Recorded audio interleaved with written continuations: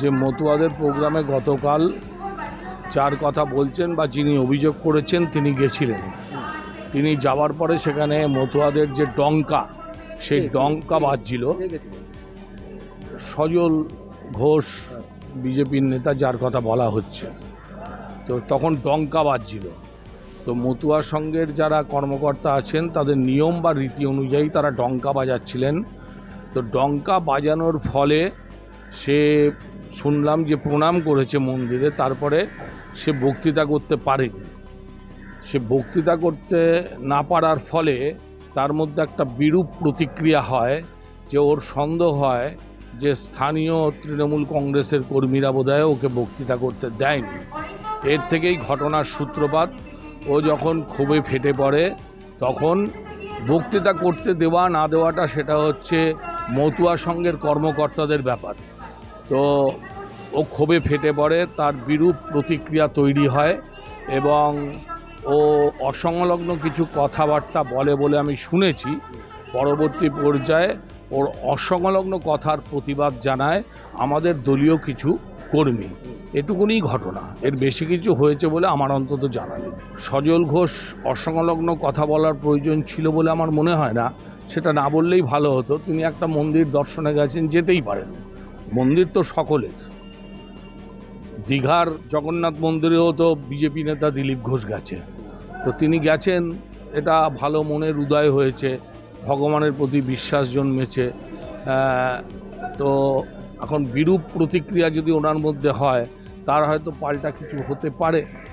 আর রাজনীতিকে টেনে আনবার যে প্রক্রিয়া তৈরি করা হচ্ছে, সেই প্রক্রিয়া কতটুকু ফলপ্রসূ হবে, তার কারণ বিজেপির তো কিছু নেই। বড়নগরে বিজেপির এজেন্ট নেই, কর্মী নেই, মিছিল নেই, মিটিং নেই। তো বিজেপি শুধু শুধু এমনিভাবেই মানুষ সমর্থন করবে এটা আমি বিশ্বাস করি না। মানুষের পাশে নেই।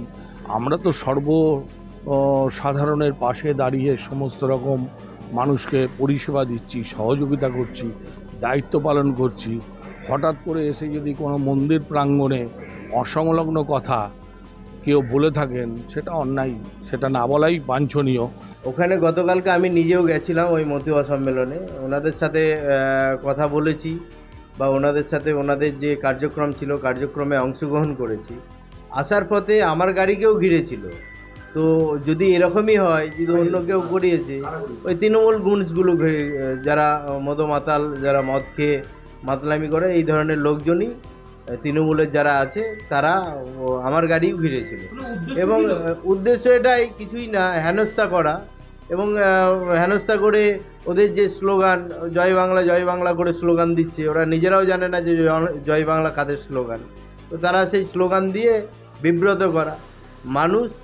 মানুষকে ডেকেছে, পার্টি হিসেবে হোক, ওটা একটা ধর্মীয় অনুষ্ঠান ছিল, সেই ধর্মীয় অনুষ্ঠানে, আচার অনুষ্ঠানে ডেকেছে।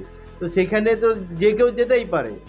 তো সেই জায়গায় দাঁড়িয়ে তৃণমূলের যারা গুণস আছে, তৃণমূলের যারা হারমাত বাহিনী আছে, তারা যদি ভাবে যে আটকে দেবে বিজেপির কার্যকর্তাদের, তাহলে সেটা ভুল ভাবে। অসংলগ্ন কোনো যদি কথা হয়ে থাকে সেটা তো আমি শুনতাম, তো আমার গাড়ি কেন ঘেরা হলো? আমি তো কোনো করিনি।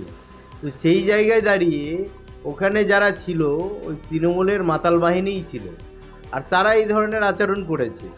তো এটা এদের অভ্যাস। 2026-এ তৃণমূলকে কীভাবে ঝেঁটিয়ে বিদায় করবে সেটা তৃণমূল নেতৃত্বও বুঝতে পারবে, আর তৃণমূলের এই ধরনের যারা মাতাল বাহিনী আছে তারাও বুঝতে পারবে।